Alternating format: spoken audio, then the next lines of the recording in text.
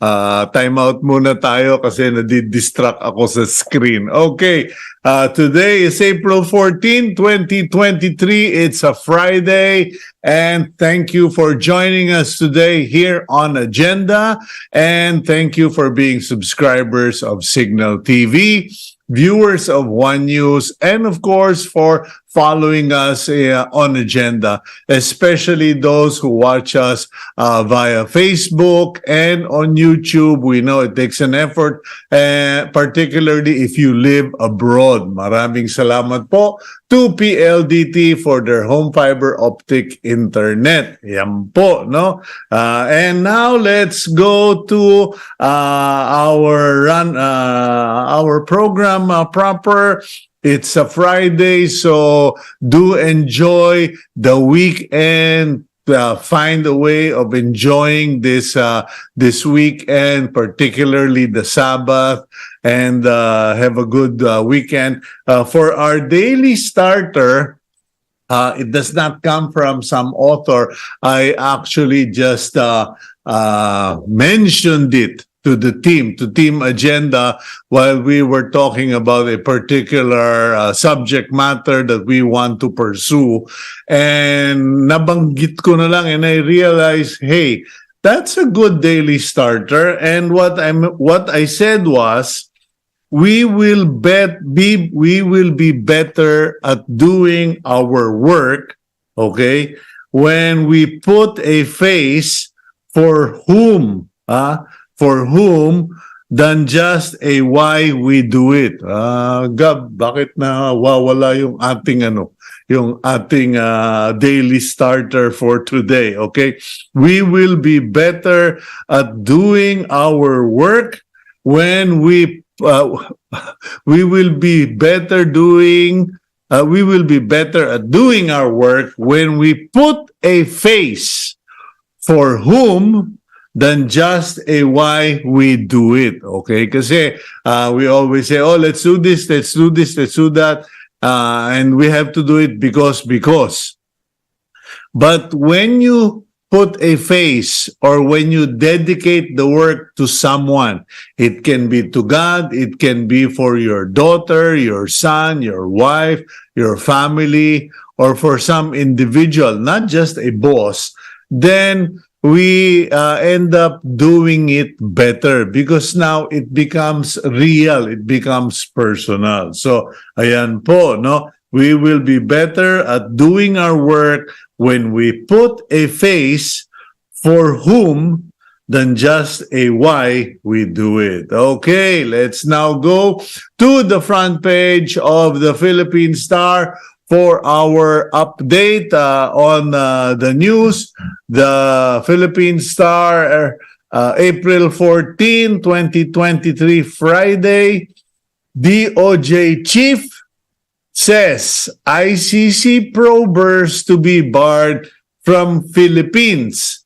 However, the Office of the Solicitor General or the Solicitor General wants to reply to the ICC prosecutor who is carrying on with who filed their positions at the ICC. If prosecutors from the International Criminal Court dare step on Philippine soil to interview drug war victims or gather evidence to support a possible case of crime against humanity against former President Rodrigo Duterte, Justice Secretary Jesus Crispin Remulla said he would personally force them onto the first plane out of the country. Okay? Meanwhile, the Office of the Solicitor General, on the other hand, has asked the ICC Appeals Chamber for leave to reply to ICC Prosecutor Karim Khan's latest response to the OSG's appeal brief against the resumption of the probe. Ayun po. Okay, so yung Secretary of Justice nagbabanta yung Solicitor General nakikiusap. We wonder who will get traction, who will have better traction in the process. At the top of the front page, at the header, Bantag, Zulueta, ordered arrested for inmates murder. Ayun po, okay? The arrest warrants are out for former Bureau of Corrections Chief Gerald Bantag and his deputy Ricardo Zulueta in the murder case of inmate June Villamor and the alleged middleman in the underground contract to kill radio broadcaster Percy Lapid. Meanwhile, okay, Teves ready to face Senate probe via Zoom. Okay, by Zoom. Yan. Still far from reach and location unknown. Suspended Negros Oriental 3rd District Representative Arnolfo Teves Jr. intends to attend Monday's scheduled Senate panel inquiry into his implication in high-profile murders in the province, but only through Zoom. Yan po, that is according to Senator Ronald De La Rosa, who chairs the Senate Committee on Public Order. Medyo parang weird, parang strange kasi palagay ng iba, according to some, the congressman should first submit himself to the local authorities or to the PNP before he goes on any other platform. But that's up to them. Tayo bumabasa lang ng news. Head of PNP, Drug Enforcement Group, sacked. Hindi po sinako, tinanggal sa pwesto. Brigadier General Narciso Domingo, the police official who supervised an intelligence-driven operation in October last year that led to the seizure of 990 kilos of shabu worth 6.7 billion and arrest of a rogue anti-narcotics officer, was relieved from his post on Wednesday. Okay? Domingo was sacked from his post as director of the Philippine National Police Drug Enforcement Group. Okay? And reassigned to the office of the Chief PNP. Ayun. Okay. Meanwhile, center photo of the Philippine Star. Very nice shot.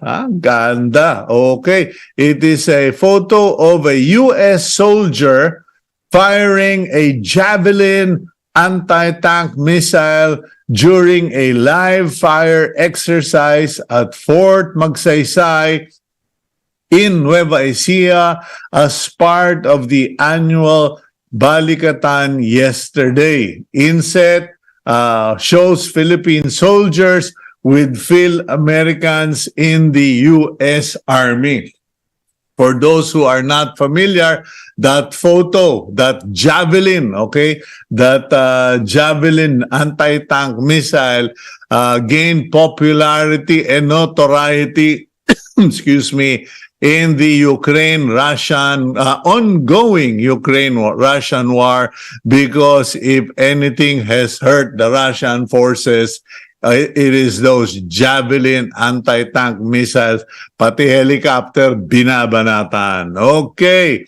Meanwhile, in relation to the Balikatan, China hits U.S. and Philippines over false accusations daw.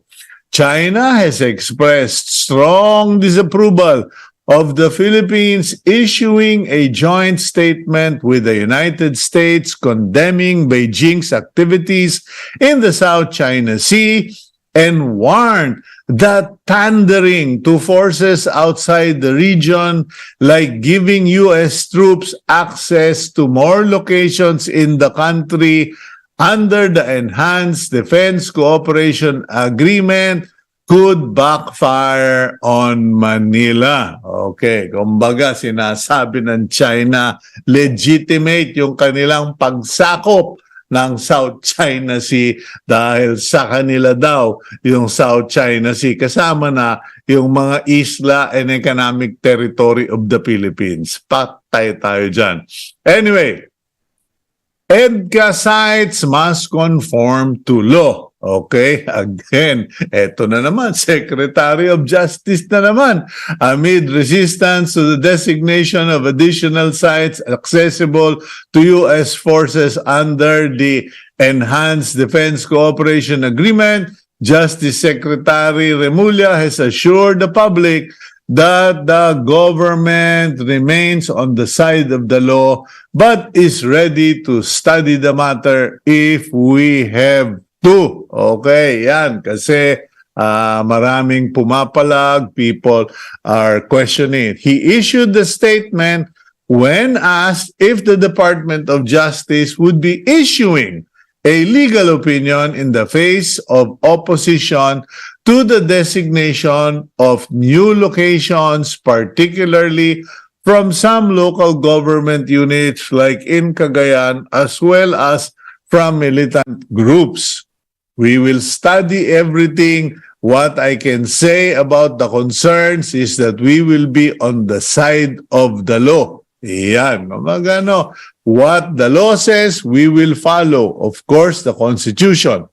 The Constitution is important. Ayan. Meanwhile, okay, amang hindi po yung billiard artist, okay, among the tropical depression has weakened into an LPA or low pressure area but rains persist. According to Pag-asa, we can expect continued rain here in Metro Manila, Calabar Zone, the Bicol region, etc. So, doon po sa inyong nagbabalak mamasyal at gumawa ng mga ilang bagay, please be careful because the rains will continue. Okay. Meanwhile, speaking of water and getting wet, unfortunately, only 67% of households in the Philippines have access to running water, meaning they get their water through service pipes and are metered or kahit walang metro, may tubo. Hindi yung piniigib sa balon or pinupuntahan sa batis o kaya sa bukal or in the springs. They are 67% of Filipino households have access to running or piped water, translating to an estimated 17 million out of 25 million households. So, naku po, around 8 million in the households walang running water. But I think that is only in the urban areas. Okay, so then let's go to the bottom of the front page. Photos and announcements. Xavier School President, okay, named 2023 Outstanding School Leader. Father Aristotle D.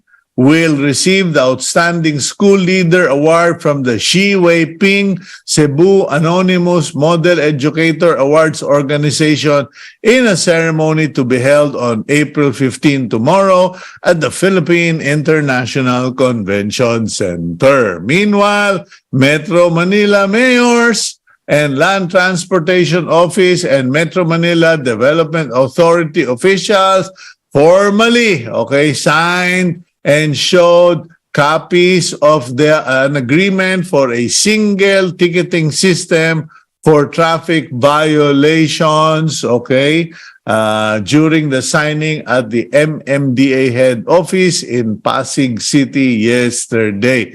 Ayan po, ayan sila. Sama-sama. So, now it is a uniform ticketing system and that's all we have in the Philippine Star.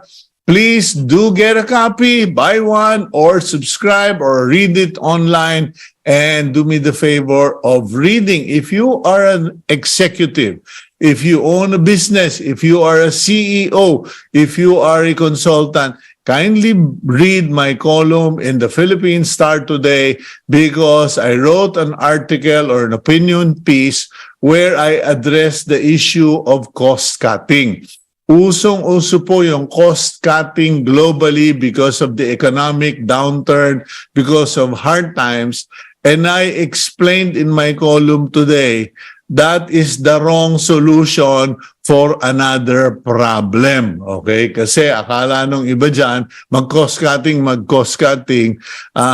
If your sales, if your revenues are down, cost cutting is not necessarily the answer. So please read my column in the Philippine Star. The column is Talk by Cito Beltran. Let's now go for a quick break, and we're going to have an enjoyable discussion. I believe it's all about dogs. Okay? Medyo parang I have this sense na baka sabi, parang binubulungan ako ni Lord, mag-dog trainer ka kaya. But we're not going to talk about dog training. We're talking about dogs and Philippine history. We'll be right back here on Agenda.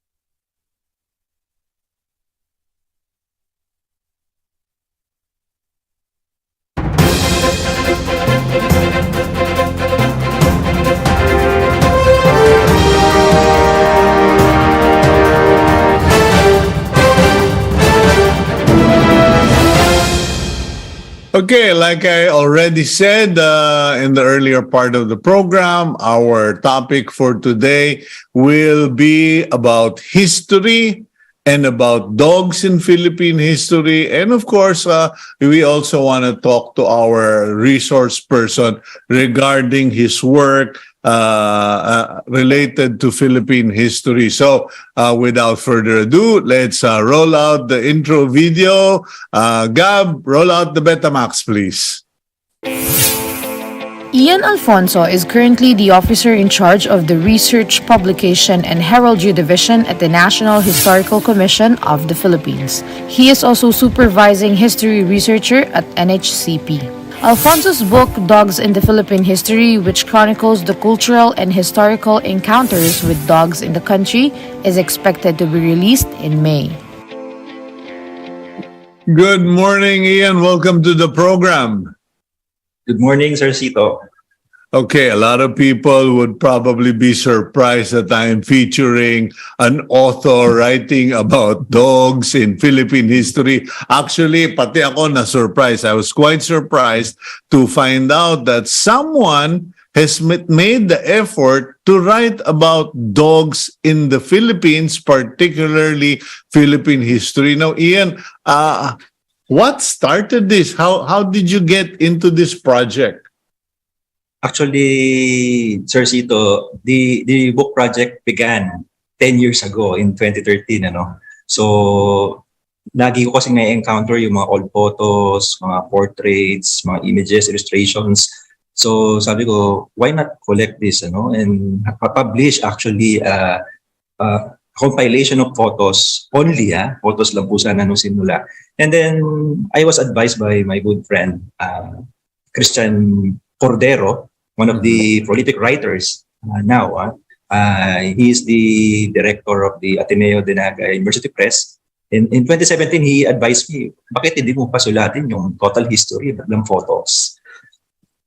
Okay. And can you take us through the journey? Because when the team agenda suggested your book and suggested that you guest on the program, sabi ko sa sarili ko, how do you even begin? Because, if you're talking to me about Philippine history, about dogs, all I can say is Filipinos generally call their dogs bantay, insultingly refers to them as askals. And of course, some of my friends say, alam mo, we should really determine if there is a true Filipino dog breed, because that would be important. But I'm getting ahead. Okay, so how did you do it? You had the photos. You have, I presume, hundreds or thousands of photos? Only 100. Wala akong 100. So Okay. actually, when I started writing it in 2017, although the photos actually, noong 2013, may mga short essays na po yun, but I opted to expand it into talaga academic writing. No? So it's now composed of 28 chapters, so around 500 pages a book. Mhm. So I actually, the title itself is a misnomer. I actually adapted a title from a chapter. I think it's chapter 23, titled Dogs in Philippine History. Is actually about how our artists portrayed dogs through visual arts. But the other chapters, I began the chaptering. The chapter 1 begins with paano nakarating yung mga Philippine dogs to the Philippines. No, so ang theory ng mga archaeologists, that the Philippine native dogs, the one we call Aspin, Askal, actually came from mainland Asia, and they were brought to the Philippines by our seafaring ancestors we called Austronesians. Mhm. So, and then the chapter 2 actually it deals with the a number of vocabularies recorded by the Spaniards about our dogs. So, kasi yung mga ancestors natin, when the Spaniards came, binavalue ng mga ancestors natin ng mga aso as hunters. Yeah. So ang dami, there are plethora, hundreds of vocabularies about dogs from Ilocos, Kapampangan, Cebuano, etc. And talagang yung book it's about our 4,000 years of history, our journey with the 4,000 years journey of the Filipinos with dogs. So hindi lang siya history, with anthropological siya, archaeological, linguistics.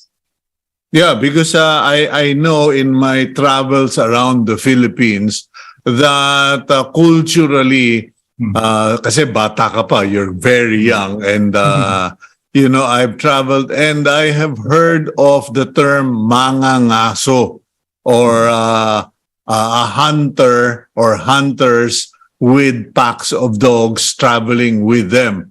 And generally, the mangangasos go after wild boars or deers or wild chicken. So, and they use, and bayawaks or monitor lizards, and they use those dogs as part of the hunting. Kasi dito, medyo tribal ang dating. Doon sa England, nakakabayo sila, social sila, may fox hunting sila, etc. But here, it is really down on the ground, going after the prey. So, what were your discoveries when you wrote? Okay, so chapter 1. Can you bring us from chapter to chapter? We have the whole day for you. 28 chapters po ito. Di ko alam kung tapos tayo. Anyway. No, because yeah. Ian, a lot of people think it's so easy to just sit down and write a book. It's Yes, not. Actually, it's not. And I'm sure a lot of people want to find out, what was it like trying to write this book? Yes. Well, to ano po yun, no? To run through. Actually, in 2018, I thought the book was already finished. That's why 28 chapters, that corresponded to my, kasi 28 years old ako noon, no? I wanted it to be released on my 28th birthday, last 2018. But suddenly, nawala yung file, to cut the story short, nawala yung file. So I began collecting again my notes, the drafts by 2021. So 2021 hanggang ngayon, so, talagang binalikan ko. And akala ko tapos na siya ng 2018 dahil ang dami pa pumapasok ng mga information.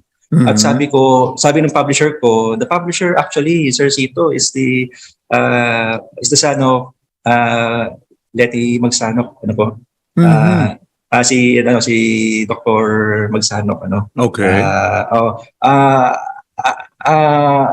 Sabi niya, Ian, patuloy mo na yung pagsusulat dahil hindi matatapos yung pagdating ng mga information. So, ang daming discoveries na at actually I owe these discoveries to the previous discoverers, no? Like for example, the prehistoric dogs sa Pilipinas, hindi naman trabaho ng mga istorya ng mga maghukay, So these were discoveries of the archaeologists, the National Museum archaeologists, our friends from the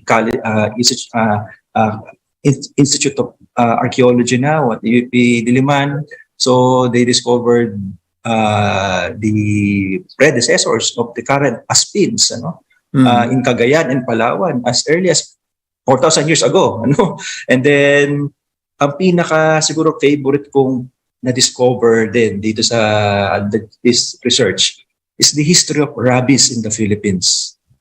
Akala natin ang may mga nagsulat na about rabies, pero through the help of an archivist, two historians, Dr. Ros Costello, who graduated PhD at the Universidad Complutense de Madrid, the alma mater of Rizal, at si Ma'am Ros Mendoza, na archivist, na talagang for 30 years yata nasa National Archives of the Philippines, na unearth nila yung mga Spanish documents establishing the rabies campaign ng mga Espanyol as early as 1800, August 1800, at napaka-dugo ng naging buhay ng mga aso sa Pilipinas. They had to be killed.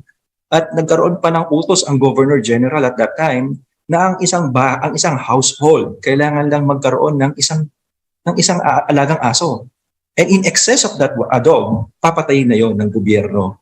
Because wala pa kasing solusyon sa rabies at that time, Because ma-discover pa lang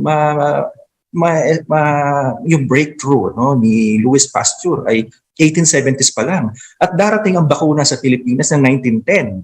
So talagang pati yung mga Amerikano when they came, talagang tinuloy lang nila yung tinatawag kong dog war, kailangan patayin yung mga aso, especially the aspin, yung mga asong mga nasa kalsada, So ganito katerible ang naging buhay ng mga aso at sa Pilipinas na hindi natin alam, na habang nangyayari yung Philippine Revolution, Gomburza, may mga ganitong plight ang mga aso sa Pilipinas. At ang akin lang naman dito, ayaw ko lang gawing trivia itong kwento na to about our aso because it mirrors our character, our culture, Bakit hanggang ngayon ang dami pa rin mga asong paligid-ligid, Kasi my conclusion is that our culture is very, accustomed na ang mga aso ay hindi nakatali at hindi nakakulong.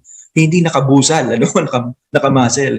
Kaya you will encounter reports during the American period, no, ng mga congressman umaalma sa American policy na bakit kailangan italit, ibusal ng mga aso.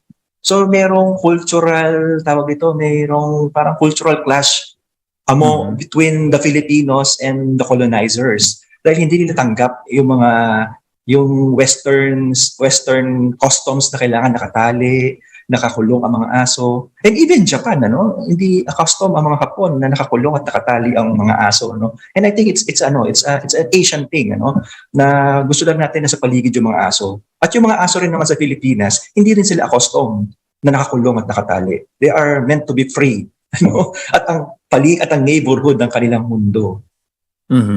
Okay, so how did you go about designing the chapters, the process? Kasi syempre may beginning, may end, and okay, so you talked about the history of dogs in the Philippines, the 4,000 history.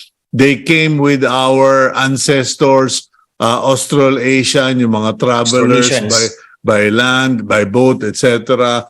They docked here, and which is why I came across an article that said some people have been doing genetic profiling of dogs from the region and even Australia, and they were saying that it is not far-fetched that they're all related genetically. So mukhang may pinagmulan silang pare-parehas. Now, they arrive in the Philippines, and you talk about the 1800s. Doon ba ang umpisa ng libro mo, or where does the story begin for you? Because that's interesting that rabies was pre-existing in the Philippines in the year 1800. It almost led to the decimation of dogs in the Philippines. So what else? Actually, I began the chronology, ano, sa pagdating ng mga ninuno natin 4,000 years ago. So, yun, Prof, Cagayan, Palawan, yung mga na-unearth nilang mga remains ng mga aso. And then, actually, hindi natin kayang isulat ang definite history ng dogs, ano, kaya ang naging safe kong packaging dito sa librong ito, it's our historical and cultural encounters, kasi hindi naman mayat-maya na babanggit yung mga aso sa mga dokumento, no. They were mentioned. But are there provinces or areas in the Philippines that are pro dogs and not pro dogs? Kasi, di ba, like for pork or for pigs, pro pig north. Pagdating sa Mindanao, hindi sila pro-pig doon. Okay? Because of the religion, the culture. What about dogs? The distribution of dogs or acceptance of dogs? What areas were they predominantly popular? Meron bang ganun? Actually, naman generally across the country ay ang aso ay accepted naman, no. So, well, because of the religious aspect, may mga ganong considerations. But I consulted my very good friend, fellow board member in Philippine Historical Association, Dr. Hani Derogangan, now the Vice President of MSU IIT in Iligan. Actually, siya ay nagpapakain ng aso, no? Kahit na siya ay isang mananampalataya ng Islam, pero hindi sila kailangan mag-alaga ng aso, no? Kasi talagang very endearing ang aso talaga, no? Hindi lang kailangan talagang mag-alaga, pero si Dr. Derogangan ay siya mismo ay dog lover, no? Talagang nagpapakain ng aso sa Iligan. And you will encounter also accounts na talagang ang mga aso sa Maguindanao, even in Sulu, no, na record ng mga British trade partners ng mga sultanato ng Mindanao in 1600s, 1700s na encounter nila yung mga aso talaga sa Mindanao ay talagang free wanderer lang sila, no, and they were being used as hunters din.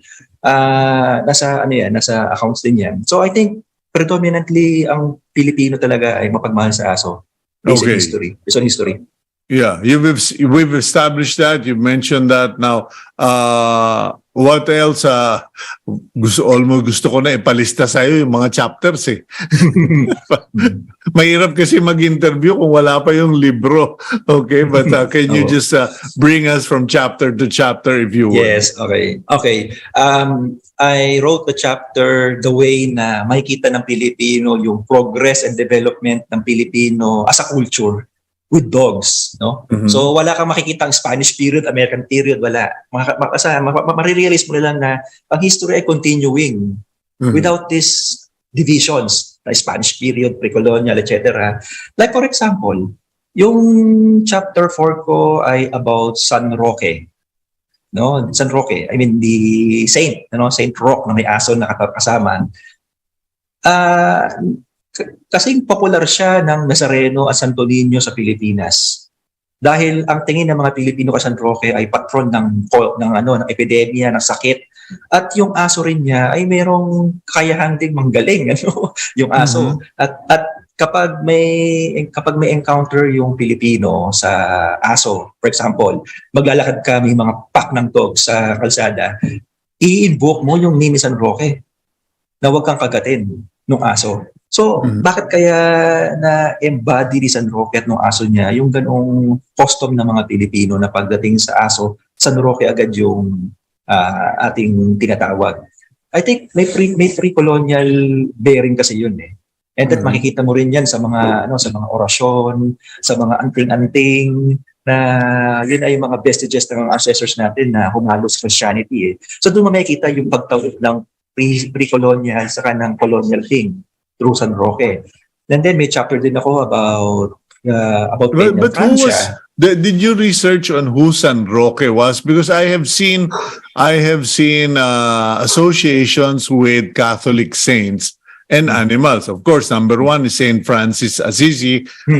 Sinasabi nila lagi, friends ng mga usa, friends ng mga ibon at ng aso. San Roque is the patron saint of dogs, etc. But who or did you get to research San Roque and who he was? Yes po, part naman talaga yun ng context setting, na malaman, bakit kilala natin San Roque, ba't siya may aso, So, based on, sa hagiography ni San Roque, may pandemic, may epidemic noon sa Europe, and then merong nagdala kailangan niya mag-isolate, may nagdala sa kanya ng pagkain at isang aso ang sinugo ng Diyos para magdala ng pagkain sa kanya. Kaya pag nakikita niya iconography ni San Roque, merong tinapay sa bibig yung aso. So, part siya ng kwento. Pero yung tingin ng mga Pilipino sa aso na yon ay aso na nakakatulad din ng mga aso sa Pilipinas. Kaya actually, kung hindi ako nagkakamali, may mga nagsasabi na aristocratic yung aso. So, imagine lang natin yung mga aristocratic dogs noon sa Europe. Pero yung mga iconography ng San Roque dito sa Pilipinas, makikita mo, the way na inukit ng mga Pilipino yung aso, parang aspin.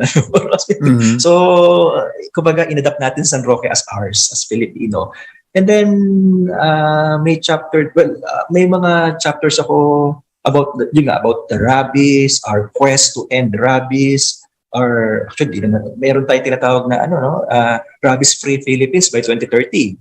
So, hindi ko lang sure kung makakatulong tong librong to internalize, kung kaya ba nating mabit ang rabies by 2030. Kasi kahit na nung American period, ina-expect nila na sooner, pagka-introduce pa lang ng bakuna noong 1910, matatapos na agad ng rabies. Pero may cultural, may cultural na pahaging doon si Dr. Victor Heiser, one of the pioneer ng DOH, na sabi niya, hanggat hindi nagbabago ang disposition ng mga Pilipino pagdating sa aso, hindi matatapos ang rabies, yung nakakawala ang aso, hindi nakatali, kasi it's a cultural thing kasi, na kailangan nating ding tingnan ang sarili natin.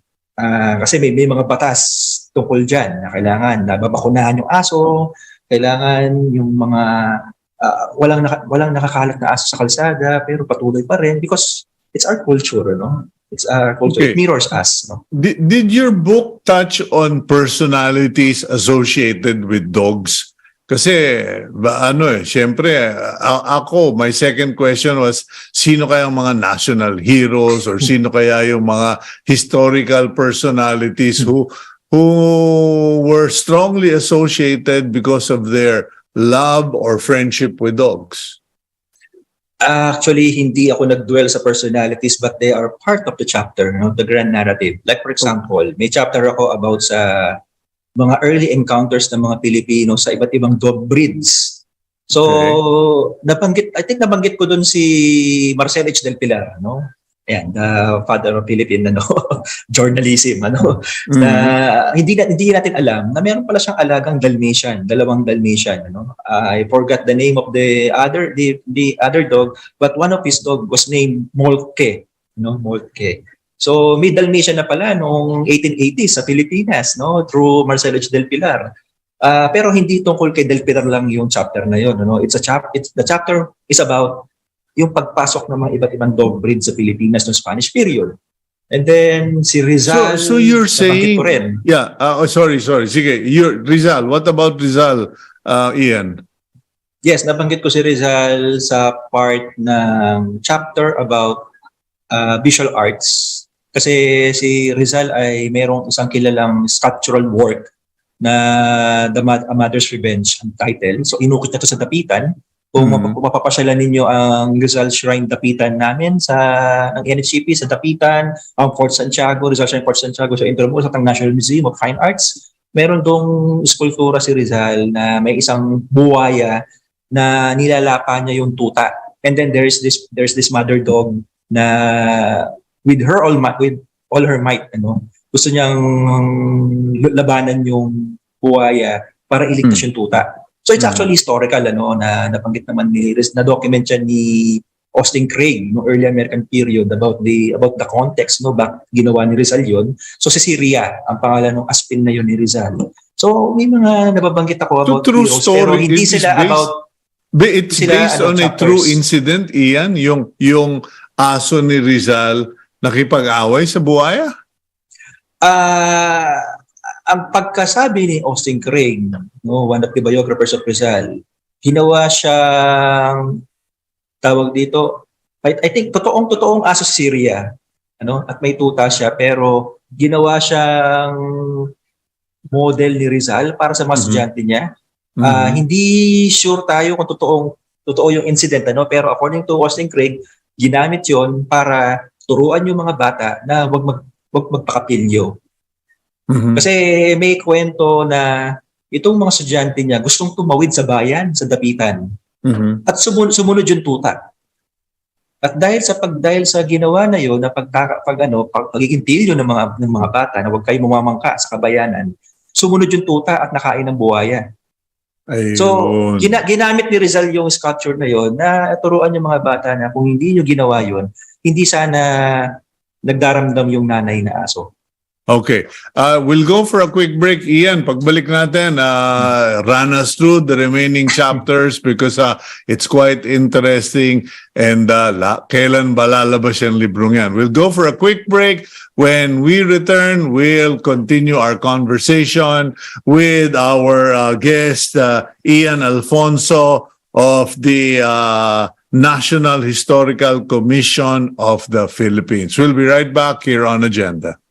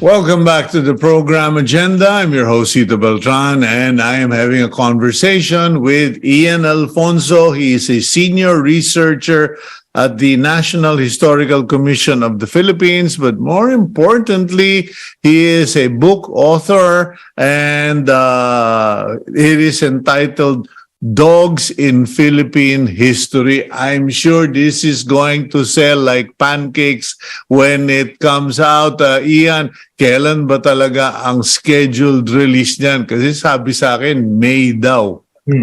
Yes, we're targeting to have it released by May. Kasi ayaw ko nang patagalin.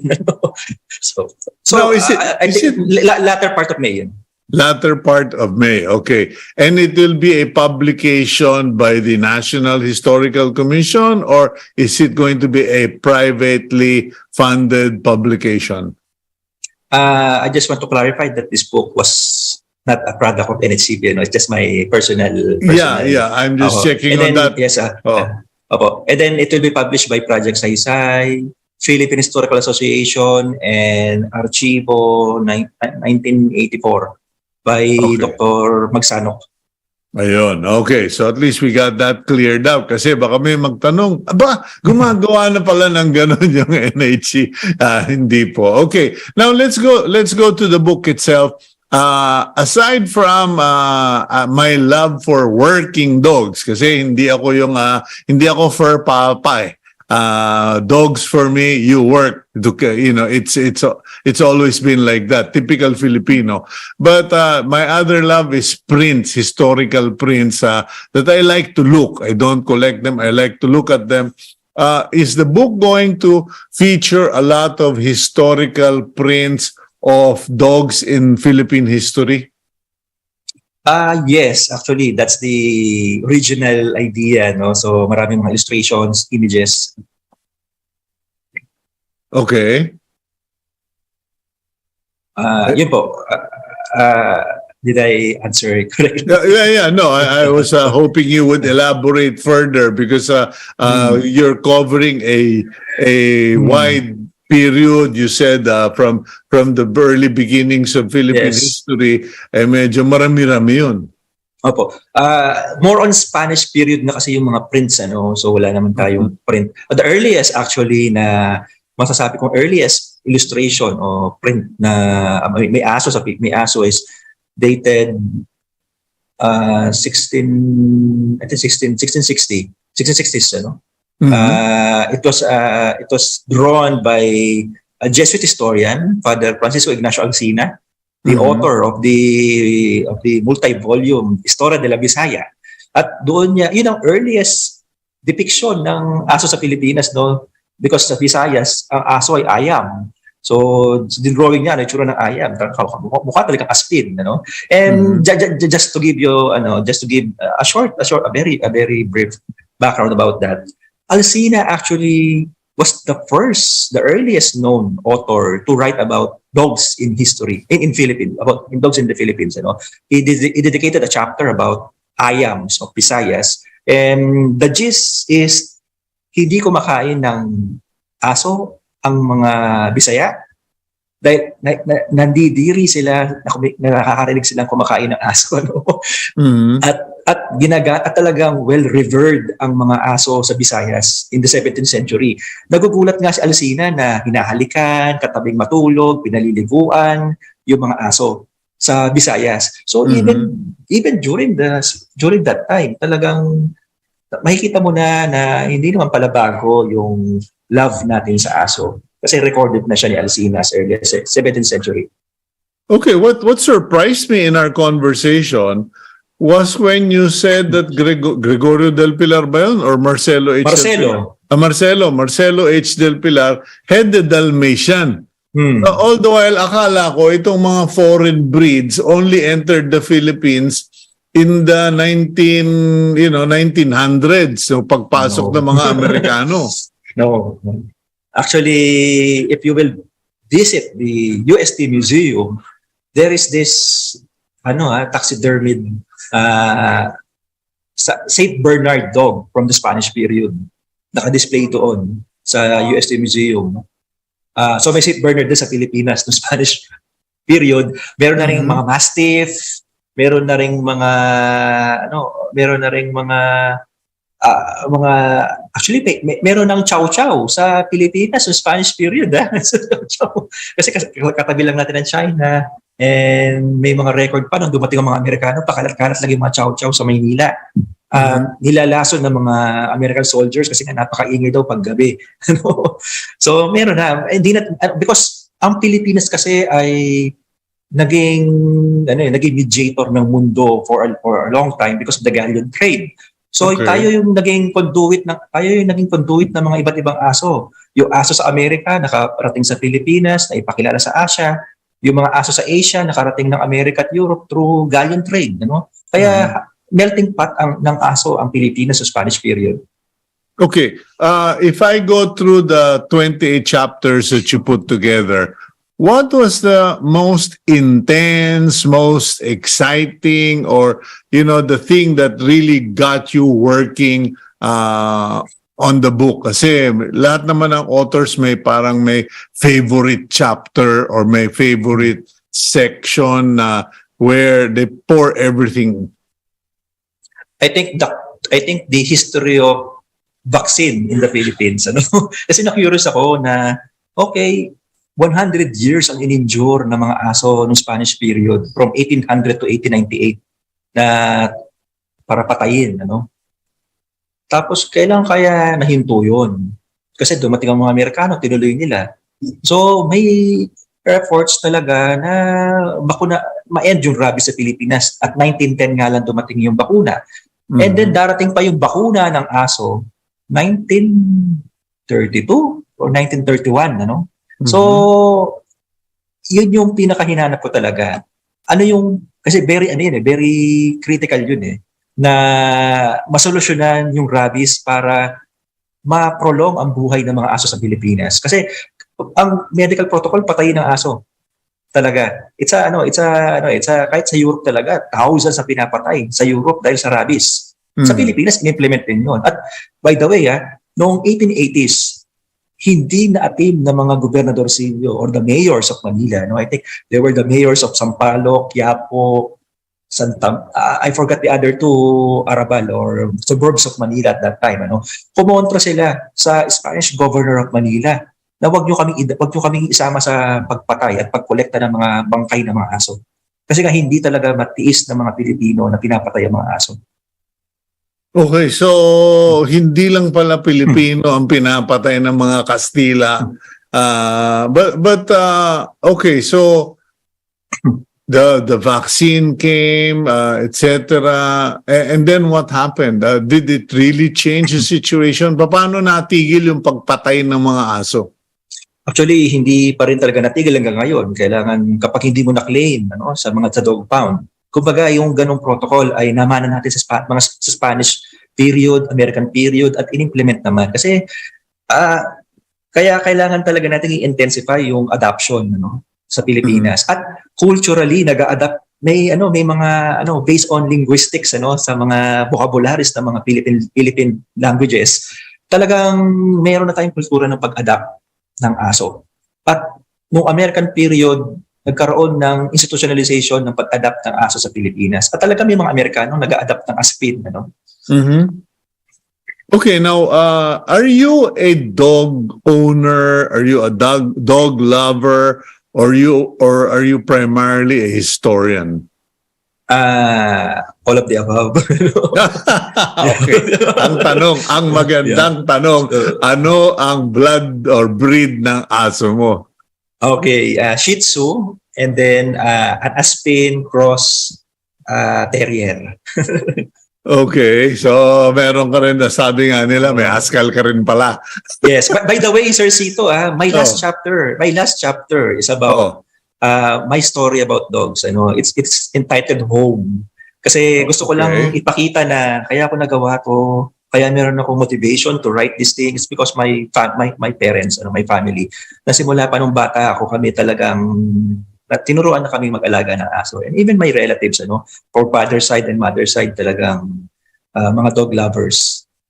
Okay. Gusto ko lang gawa ng example na kahit sino pwedeng magsulat about their encounter, about their story with their dogs. Sana marami pang sumunod. Wag lang sana mahinto sa librong ito yung pagsulat. And of course, because this is an exploratory research. Gusto ko rin makatanggap ng criticism. Ano? What do you mean exploratory research? I mean, it's a fantastic topic. Yes, no one has done it. Exploratory, that's precisely the thing, it's a new thing, kaya exploratory siya. Wala akong basis na pwedeng gamitin to frame the dog history, but kasi sa Europe established na yung mga dog history Kasi gusto ko lang gawa ng context sa Pilipinas, and hindi ko sure kung tama ba yung framing ko, the methodology. Kaya kapag kalabas nito, gusto ko sana makatanggap pa ng comments and criticism to improve the book. And also, gusto ko rin ma-inspire pa yung ibang mga kasama natin sa discipline ng history at mga gusto magsulat na dagdagan pa yung literatures and studies about dogs. Okay. Sabi nga sa Bible, get thee away from me. Kasi baka ma-impluensya mo ako, gumawa ako ng libro tungkol sa mga sabong sa Pilipinas. Anyway.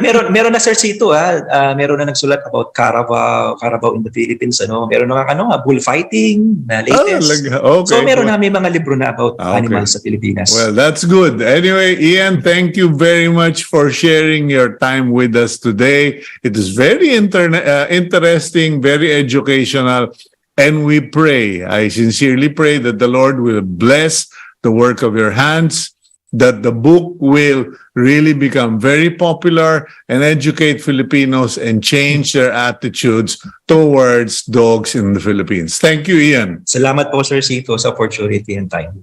Okay, that's Ian Alfonso, Senior Researcher, National Historical Commission of the Philippines, also author of the book Dogs in Philippine History, which comes out sometime end of May this year. Let's now go to our closing blessing for the week, and it comes from the book of Psalms, chapter 34, verse 18 and 19.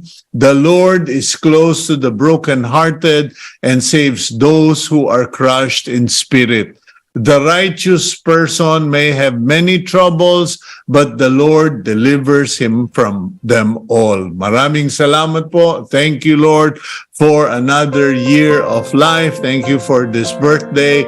God bless all of you. Please keep it here on One News.